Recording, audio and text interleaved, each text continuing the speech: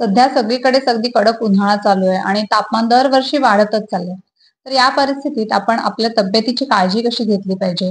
आयुर्वेदाने काय काय आहार विहार सांगितलं आहे, म्हणजे ग्रीष्म ऋतुचर्या काय सांगितली, की ज्याने आपल्याला उन्हाळ्याचा कमीत कमी त्रास होईल. तर ते आपण आजच्या व्हिडिओमध्ये बघूयात. नमस्कार, मी डॉक्टर दीप्ती कंधारे, मनसा वेलनेस मध्ये सगळ्यांचं मनापासून स्वागत. तर ग्रीष्म ऋतुचर्या म्हणजे उन्हाळ्यामध्ये कसा आहार विहार असला पाहिजे, हे आयुर्वेदाने अतिशय सुंदर वर्णन केलं आहे. आयुर्वेदाचे काही बेसिक प्रिन्सिपल्स आहेत, तर त्याला अनुरूप त्याला त्याच्या अनुषंगाने असं हे वर्णन केलेलं आहे. मुळात उन्हाळ्यामध्ये कोणते दोष वाढतात, शरीरामध्ये काय काय बदल होतात आणि त्यासाठी आपण काय आहार आणि विहार केला पाहिजे, हे अतिशय इतकं सिंपल आणि सोपं आहे. तर आता आपण बघूया, की उन्हाळ्यामध्ये काय होतं, तर अगदी उष्णता वाढते, नंतर बाहेर कोरडेपणा असतो, वृक्षता वाढते. नंतर बाहेर वृक्ष असतं तर जलीय अंश कमी झालेला असतो. तर याच्या बरोबर विरुद्ध असा आहार आपल्याला घ्यायला पाहिजे. म्हणजे जो थंड असेल, नंतर स्निग्ध असेल, नंतर अर्थातच द्रव पदार्थ जास्त असतील, कारण घाम पण येत असतो. शरीरामधला द्रव म्हणजे आपमहाभूत हे कमी होत असतं. तर अशा पद्धतीचा आहार आपण घेतला पाहिजे. आणि शीत म्हणजे जो गुणाने शीत आहे, म्हणजे आपल्याला आतून थंडावा देईल असा आहार.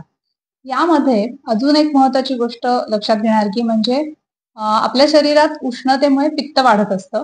तर पित्त कमी करणारा असा आहार आणि शिवाय शरीरामध्ये हळूहळू वातदोष जमा होत असतो. त्यामुळे वात पण कमी होईल असा आहार. तर या दोन्हीला बॅलन्स करणारा एक रस म्हणजे मधुर रस म्हणजेच गोड. तर जनरली आजकाल कसं असतं, मधुर म्हणजे गोड म्हटलं की लोक लगेच घाबरतात, पळ काढतात, की नाही नाही नाही गोड नाही खायचं. नंतर गोडाने काय काय शरीरावर दुष्परिणाम होतात, पूर्ण बंद केलं पाहिजे. कारण इंटरनेटनी इतकं त्याला विलन करून टाकलंय. पण आता इथे गोड म्हणजे फक्त पांढरी साखर असं अभिप्रेत नाहीये. तर नॅचरल स्वरूपामध्ये जे गोड येतं ते सगळं तुम्ही अगदी आरामात खाऊ शकता. म्हणजे त्यामध्ये फळं आली, नंतर ड्रायफ्रुट्स आले, गूळ थोडंफार घेऊ शकता. अर्थात डायबेटिसच्या लोकांसाठी किंवा ज्यांची ऑलरेडी शुगर जास्ती आहे त्यांच्यासाठी हे सगळं लागू नाहीये. पण अदरवाईज सरसकट तुम्ही गोड हे खाऊ शकता. फळांमध्ये जर विचार केला तर या सीझनला आंबा येतो, तर आंबा नक्की खाल्ला पाहिजे. याशिवाय बाकीची फळं जी थंड आहेत, म्हणजे कलिंगड असेल, टरबूज, खरबूज असेल, नंतर डाळिंब अतिशय चांगलं आहे. तर ही सगळी फळं, नंतर ओलं अंजीर हे पण अतिशय थंड असतं. तर ही सगळी फळं आवर्जून खाल्ली पाहिजे. अर्थात एका दिवशी एक फळ जनरली अशा पद्धतीने तुम्ही खाऊ शकता. खूप सगळं एकत्र असं पण नाही खाल्लं पाहिजे. ड्रायफ्रुट्सचा विचार करता सुकं अंजीर आणि काळ्या मनुका हे दोन जे पदार्थ आहेत ते थंड आहेत. नंतर जे असे उष्ण आणि रक्ताचे असे आजार असतात, तर त्यामध्ये पण हे दोन्ही गोष्टी अतिशय उपयुक्त आहेत. शिवाय उन्हाळ्यामध्ये पोट साफ व्हायला पण ह्यानी मदत होते. पचायला पण तसे हलके असतात. आणि या उलट बाकीचे ड्रायफ्रुट्स म्हणजे बदाम, काजू, पिस्ते, तर हे थोडे दिवस वर्ज्य केलेले चांगले असतात. ड्रायफ्रुट्स आणि फळं हे झाल्यानंतर तुम्ही बाकी आहाराचा विचार करता भात खाऊ शकता. नंतर फुलके खाऊ शकता, म्हणजे गव्हाच्या पिठाचे. ज्वारीची किंवा नाचणीची भाकरी ही पण खाऊ शकता. याशिवाय वेगवेगळ्या प्रकारच्या खिरी, अर्थात खीर पण रोज खायला पाहिजे असं नाही, किंवा सगळं गोड एकदम खा असं नाहीये. तर अधून-मधून कधीतरी तांदळाची खीर असेल, नाचणीची खीर असेल किंवा दलिया असतील, तर हे सगळं तुम्ही आहारामध्ये ठेवू शकता. याशिवाय नेहमीच्या आहारामध्ये तुम्ही गाईच्या तुपाचा समावेश अगदी आवर्जून केला पाहिजे. आणि ऑल डेअरी प्रॉडक्ट्स म्हणजे गाईचं तूप असेल, दूध, दही, ताक, इव्हन छान ताजं लोणी, तर असे सगळे पदार्थ तुम्ही नक्की आहारामध्ये समाविष्ट करा. काय काय टाळलं पाहिजे यामध्ये, जेव्हा मी मगाशी उल्लेख केला की गोड लोक खात नाहीत वगैरे, तर घरी बनवलेले गोड पदार्थ किंवा फळं ही खाल्ली पाहिजेत. पण या उलट लोक केचपला घाबरत नाही किंवा पिझ्झा खातात, पास्ता खातात. तर तुम्हाला माहित असेल किंवा नसेल मला कल्पना नाही, पण केचपमध्ये अतिशय मोठ्या प्रमाणात शुगर ही घातलेली असते. आपल्याला कळत नाही की आपण गोड खातोय, पण लोक अगदी मोठ्या प्रमाणात केचप खातात, वरनं घालून घालून खातात. तर हे अतिशय बॅड कॉम्बिनेशन आहे. एक तर त्याच्यात प्रिझर्वेटिव्ह असतं, त्यातनं सॉल्ट असतं, आंबट असतं, त्यात ऍडेड शुगर पण खूप जास्ती असते आणि लक्षात येत नाही, म्हणजे तुम्हाला असं कळतच नाही की तुमच्या पोटात शुगर चालले. तर हे पदार्थ मात्र नक्की अवॉइड करा. अजून काय काय खाल्लं पाहिजे, तर सरबत सगळ्या प्रकारची, म्हणजे वाळ्याचं असेल, कोकम सरबत असेल, नंतर आवळा सरबत असेल, तर यातलं जे तुम्हाला आवडतंय ते तुम्ही अधूनमधून आवळ्याचं किंवा सरबत नक्की घेतलं पाहिजे. म्हणजे त्याच्यातून पाण्याचा अंश पण जातो आणि शरीरामध्ये थंडपणा पण येतो.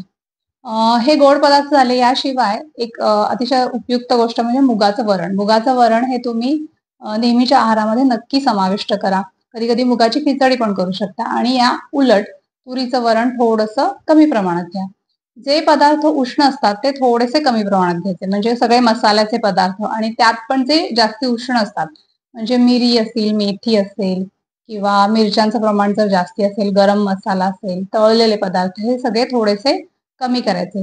अर्थात या बरोबरीने नॉन-व्हेज हे पण थोडंसं कमी केलं पाहिजे.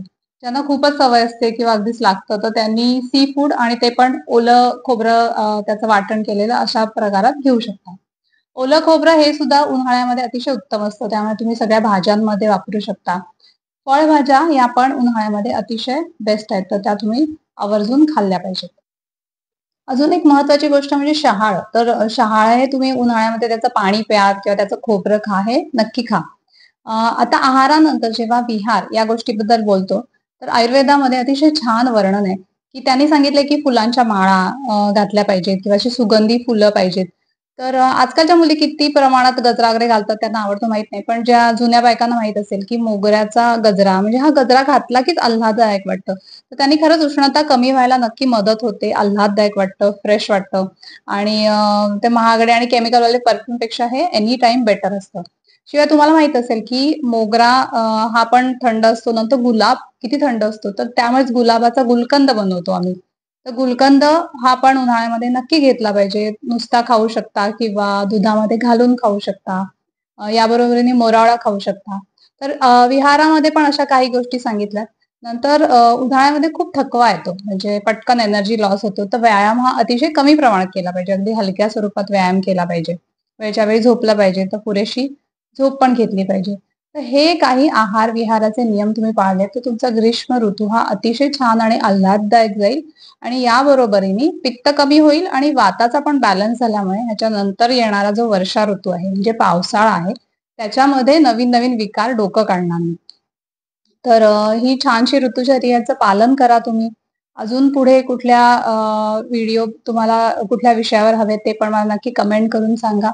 व्हिडिओ बघितल्याबद्दल धन्यवाद. चॅनलला सबस्क्राईब करायला विसरू नका.